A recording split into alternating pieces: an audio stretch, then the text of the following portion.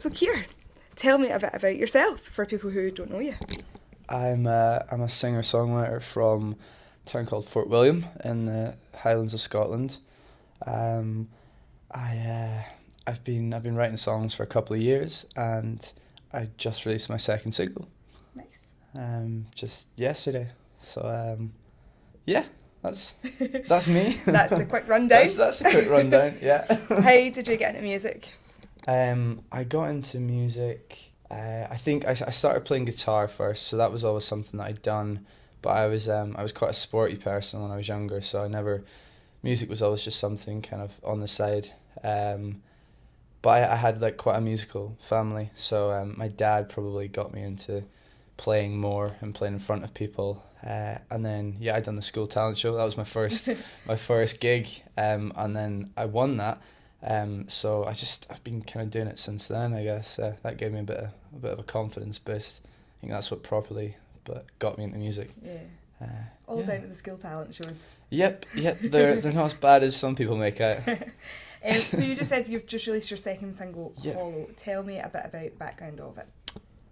So the two songs that are out, I've done with the same two people. They're a duo called the Nocturnes, from North London. They're like one's a writer, one's a producer. So they worked with me on Hollow as well, and I as well. But Hollow's that was like the first idea that we had that day. So like the guitar, the opening guitar riff thing that you hear is literally the first thing that we kind of played. I love writing with those guys. So Hollow. I guess the background on what it's about.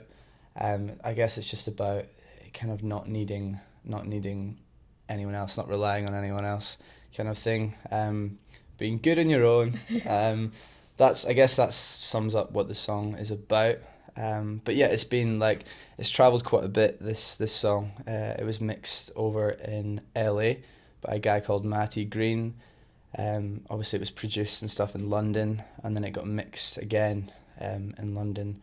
So it's travelled a fair. Back and forward quite a Yeah, bit. there's quite. I've like come to realise there's quite a lot involved in something that's only 3 minutes 30. There's quite a lot of work involved in it, but it's great to have it out finally. Yeah, that's something like a lot of people won't think about how much actually goes into it. It's not just a case of, oh, there's me and my guitar, here we go. Months and months of like kind of, and you can like I've listened to the song far too many times, like. And my dog's sick of it as well. You know, that's when you know. Yeah, that's when you know when he lets out another sigh when I play it again. But like, yeah, the phase of like mixing and mastering and stuff. Mostly, obviously, mixing is like there's a lot of back and forth to try and get the song exactly how you kind of want it sounding. You end up going down a few rabbit holes and like micro analyzing everything. I think what the song was missing at one point was like a xylophone or something like that, or a triangle. Anything. You can start thinking that way, but it's great to like finally have it out, and like so far, people seem to really like it. So the response has been amazing. Yeah. It's just been cool. It makes it all worth it when you get like a nice message or something from someone saying like I really loved the song, or like I played it to so and so and they loved it. That makes it worth it, definitely. How have you had time to fit all this in? Because you're just back from a pretty big tour, Yeah. My first tour, really, first and only. That was mad. I think it's been quite busy the past wee while, which has been good because at the start when I just got into doing this, I was kind of always things were quite spread out. And I was always wanting to be busy all the time, and now I kind of finally am. That tour gave me the total bug for playing live. Like I loved it, and I love like meeting people after the gig and them saying like how much they enjoyed it, or it was great. So I finally there was a wee bit of adjustment after the tour life. Definitely haven't.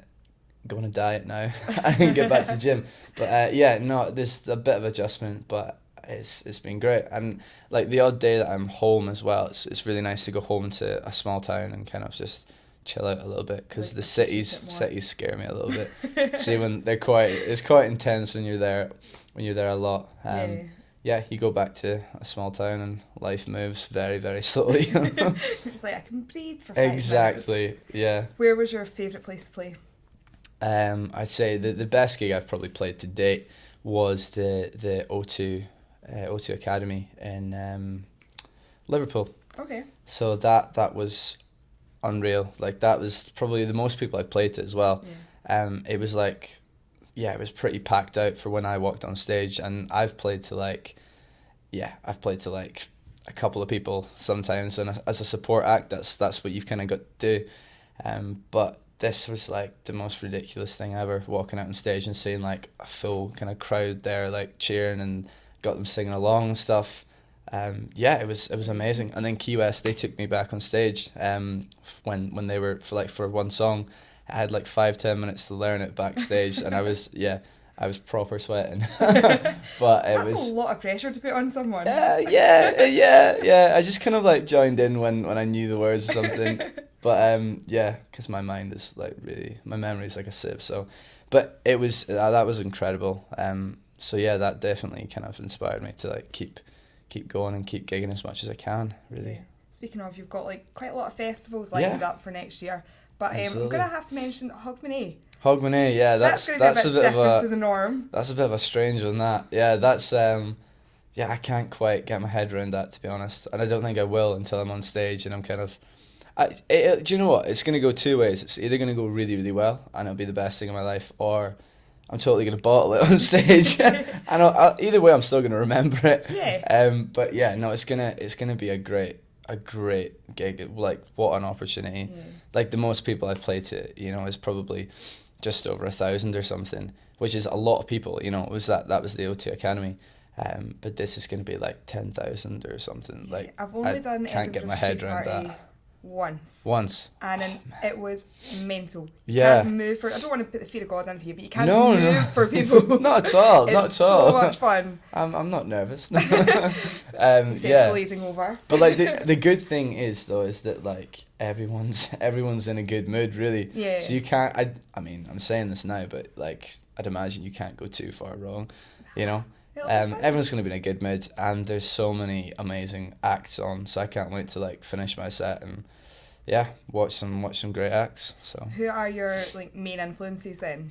My main influences, I've got quite a lot. I think for like songwriting and stuff, I am obsessed with Wesley Schultz from the Lumineers. Yeah. So I think he's incredible. His storytelling and stuff and lyrics is just unreal. And melodies as well. More pop, I like people like John Bellion. I love him. He's basically the man behind every biggest hit ever. He's a bit of a genius. So him, people like Lauv, James Bay, like, yeah, quite a diverse bunch. Mix. But yeah, exactly. But they all have their, I think, place and inspire me in one way or another. So if someone who's listening has never listened to your music, hasn't heard the single yet, how would you describe it to them? I would say, that's a really good question. On the spot. I would say it's quite a hopeful song. It is like, if you listen closely to the lyrics, you might have a wee cry, but if you don't, it's the whole thing. I quite like the same as Eyes Wide. It's quite a hopeful, I guess, I heard someone say romantic in some sense, song. I think it's definitely more pop than Eyes Wide, but I don't want it to be too, like, it's not chart pop. Yeah. So there's like a balance. We've tried to keep as many, there's acoustic and instruments in there. If you really, really listen, you can hear it. There's acoustic guitar, piano, whatnot. So like, there's some real, it's not, I wouldn't say it's like a synthetic song or whatever. But yeah, I'd say it's, I mean, you could say alternative pop, but that's very vague.